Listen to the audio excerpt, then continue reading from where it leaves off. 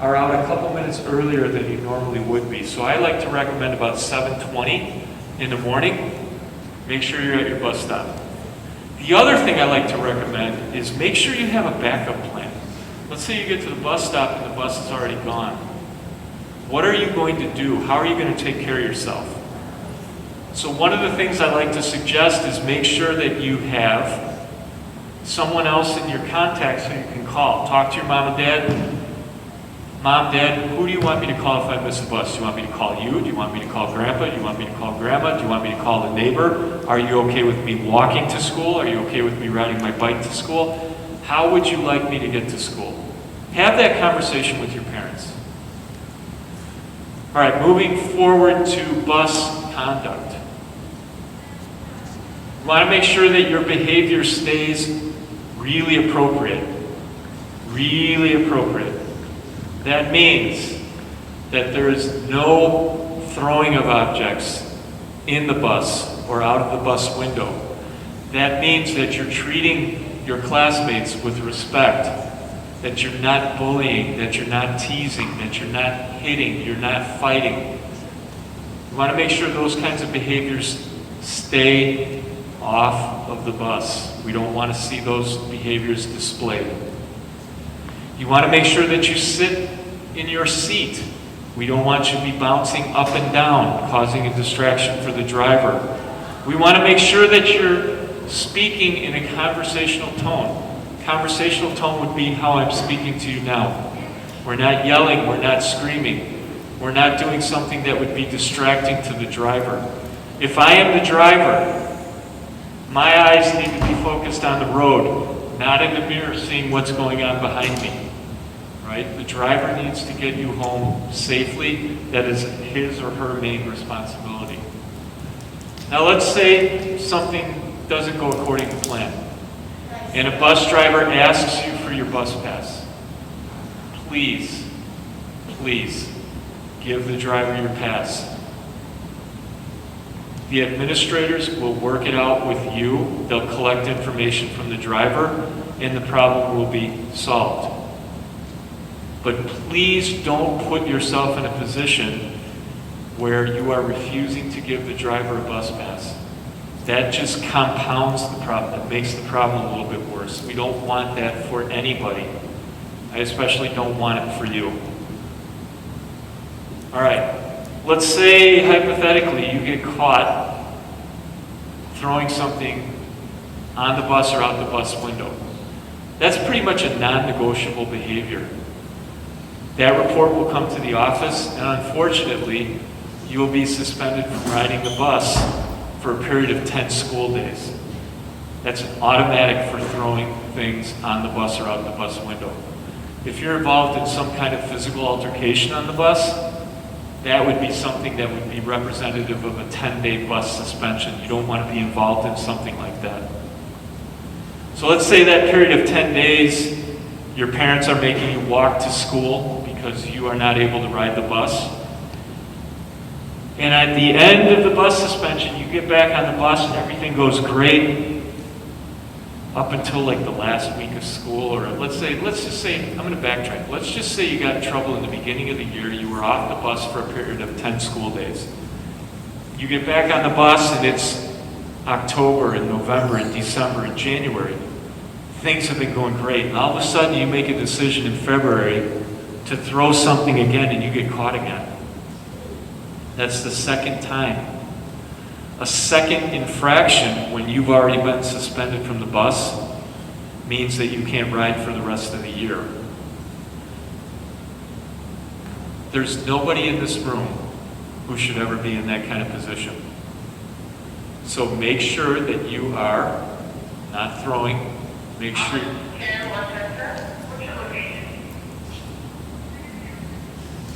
sure that you are treating each other with kindness and respect. Follow our SOARS matrix. I think that's a good rule of thumb. When you're on the bus, just treat people kindly. If somebody is not doing well, ask them what's up, ask them how you can be helpful. Right? Do a good job. Listen to your music on the way home. Right? Put your earbuds in. Put your beats on by Dr. Dre, right? You want listen to your music. Don't play it loudly. Don't be a distraction to the driver. But you should be able to sit on a bus for 15 minutes at the most in the morning and going home after school and not get yourself in any kind of trouble. All right. But Mr. Baker, what if I'm on the boys volleyball team and I get thrown off the bus for the year? Yes. So if you have been or are currently in a bus suspension next year and you are a member of an Emerson athletic team and you have either a game or a match or a meet after school, you will not be able to ride the bus to that game, match, or meet. Your parents will be responsible for getting you to those events. So you need to think about that. Right, earlier I had mentioned that your bus pass, you will be assigned to a specific bus. You all know that. You guys are pretty much seasoned veterans here. I am hoping that when next year comes, that things will be much more open than they are now, and that we'll be able to ride the activity buses. I'm hoping that the 4 o'clock bus, activity bus, those are the same terms. I'm hoping that those will be implemented again at the beginning of the next school year. And I mention that because it will allow you to stay after school from 3 to 4. You'll be able to get home, no problem. But the activity buses can also help you if you want to get to a friend's house, right? So if you grew up in the Franklin area and you want to get to somebody's house in the Carpenter area, then you would take the Carpenter activity bus next year to get to your friend's house. If you have a social studies project and you live in the Franklin area, but your friend lives in the field area, and you have to get to his or her house to work on the social studies project, then take the field activity bus. Wait for that field activity bus at 4 o'clock. Anybody can use the activity bus. As long as you're one of our students, you can use any activity bus. Those activity buses allow the flexibility for you to get to the Franklin area, the Carpenter area, or the field area. The other thing I need to mention is there will be a video camera on the bus next year. So you want to make sure that you know that you're being recorded, but in that it can also hear you. So you want to make sure that you're using appropriate language, that you're not goofing on anybody, right? Because we can see it and we can hear it as administrators. And I don't want to be in a position to have a conversation with somebody because of behavior or language. When you're on the bus, you want to try to think about somebody who's important to you in your life, right? Like for me, it was my grandfather.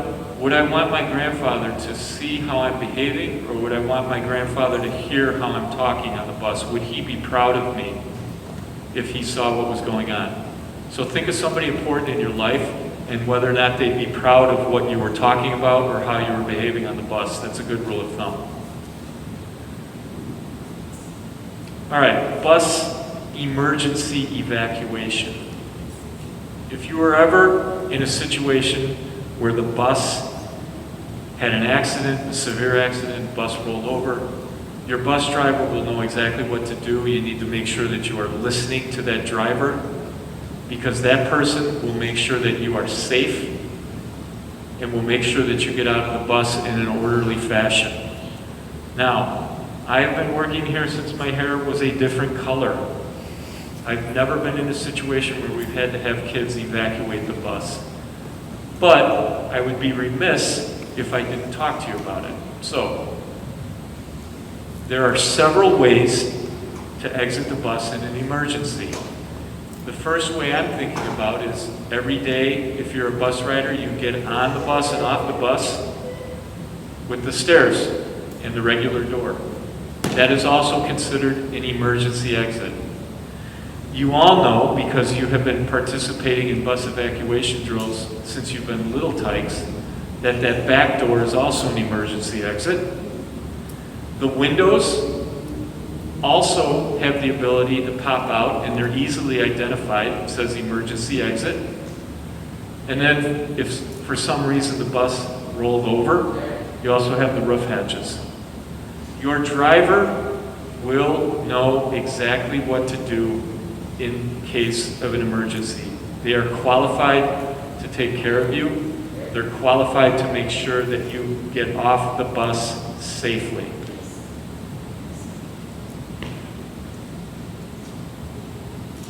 The last thing that I'd like to say is in the morning or in the afternoon, when you are either getting on the bus or if you're exiting the bus to get home, please don't assume that people who are driving cars are watching for you. You need to make sure if you are crossing at a stop sign or crossing at a stoplight, make sure you're making eye contact with the driver. Make sure you have that person's attention. Don't assume they're watching for you as you're walking home.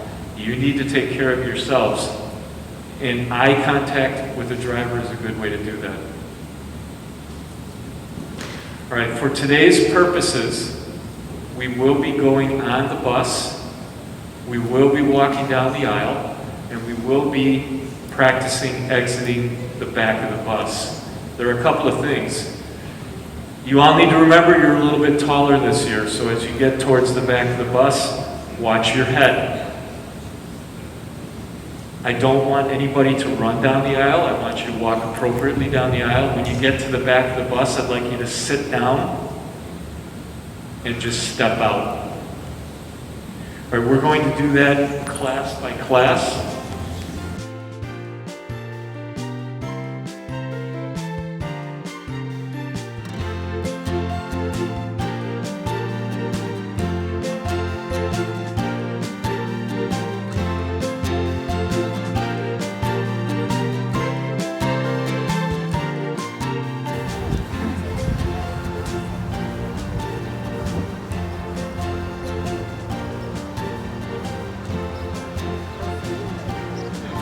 Watch your heads.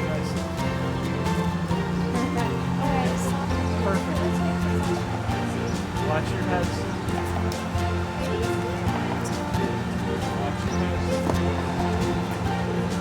Perfect. Make sure you sit down first, everybody. Make sure you sit down first. Watch your heads.